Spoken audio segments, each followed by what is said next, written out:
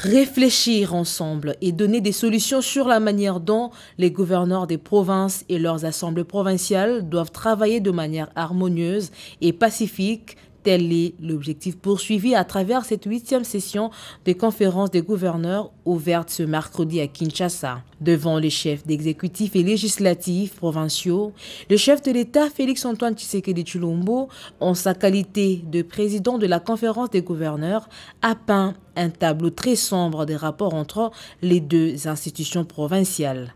Dans ces contextes de conflit, a-t-il dit, aucun développement n'est possible. Il vous souviendra, mesdames et messieurs, que j'évoquais au cours de mon adresse à la nation du 13 décembre dernier, devant les deux chambres du Parlement réunies en congrès, l'instabilité observée au sein des assemblées et des gouvernements provinciaux au point d'hypothéquer fondamentalement le développement des provinces concernées.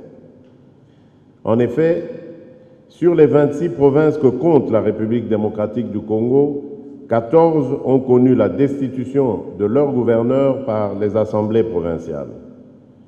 Dans certaines provinces, les présidents des assemblées provinciales ont aussi été démis de leurs fonctions.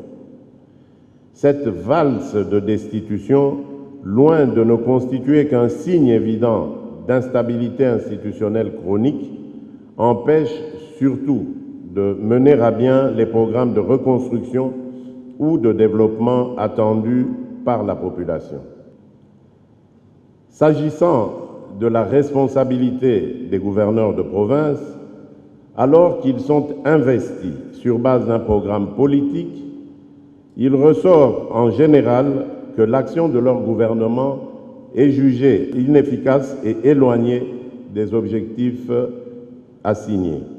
Dans leur propre mémorandum lu par le président de leur collectif Pancras Bongo, gouverneur de la Tchouapa, les gouverneurs de province pointent d'un doigt accusateur le gouvernement central qui ne donne pas des moyens ainsi que les assemblées provinciales qui se servent de leur pouvoir de contrôle pour régler des comptes aux gouverneurs. Dans leurs recommandations, les gouverneurs de province proposent le dépôt d'une requête en interprétation de l'article 138 de la Constitution sur la motion de défiance ou de censure.